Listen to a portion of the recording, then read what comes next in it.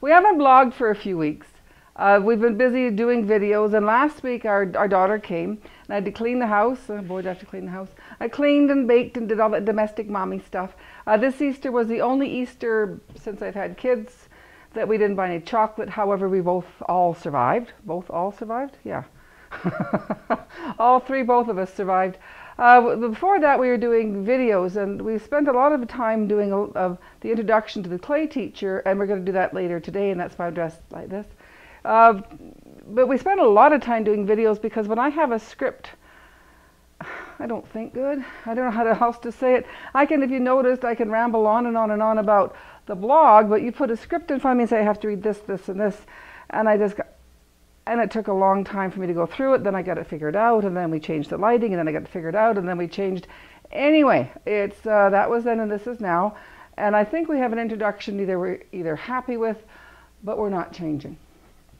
So this week we're going to do some more videos without a script, and then I'm going to throw some mugs, and then we're going to do some videos on mugs. So before I get to work on the next set of videos, I'm going to talk about selling pots. Now, depending on where people are in their career, you might want to look at a few avenues for selling your work. There's three kind of avenues. There's the retail avenue, and that's where if your pot costs $10, your customer gives you $10, and they get the pot, you get the money, and everybody's happy.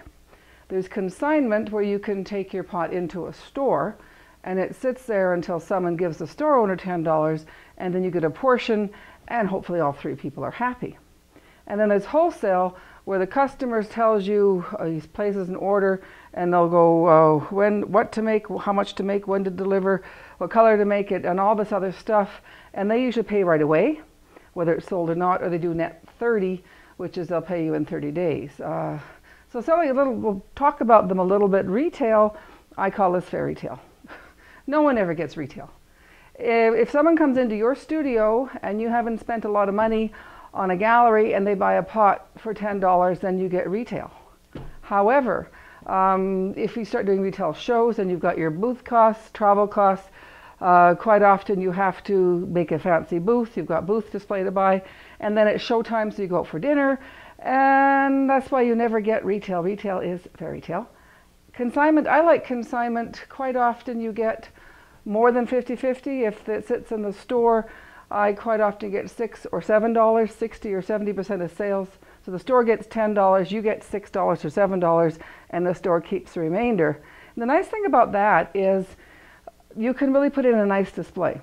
You'll put in more pots than the store owner can afford to buy, so you're really helping out the little guy, but you're really helping out yourself too, because now you've got a really nice display, and nice displays sell more pots than sparse displays. And so also you have control over what goes into the display. So you're helping out the little guy, you have control over how your pots are displayed, and you get more money than wholesale. And wholesale, like I said, they tell you what to buy and when to buy it, or what to buy, what to make, when to make it, how to make it, but they do pay for it right away. I also like consignment because you have control over the price.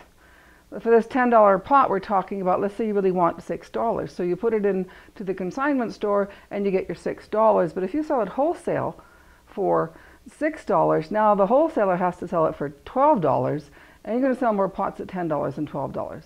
Anyway, hopefully that makes a lot of sense, but there is one little sort of bigotry against consignment. People say, oh, I don't do consignment. Well, I do. Don't worry about it. There's no best way. The best way and the best place for your pots are where they make you happy and it makes you feel comfortable. But when you first start selling pots, I would say stay home.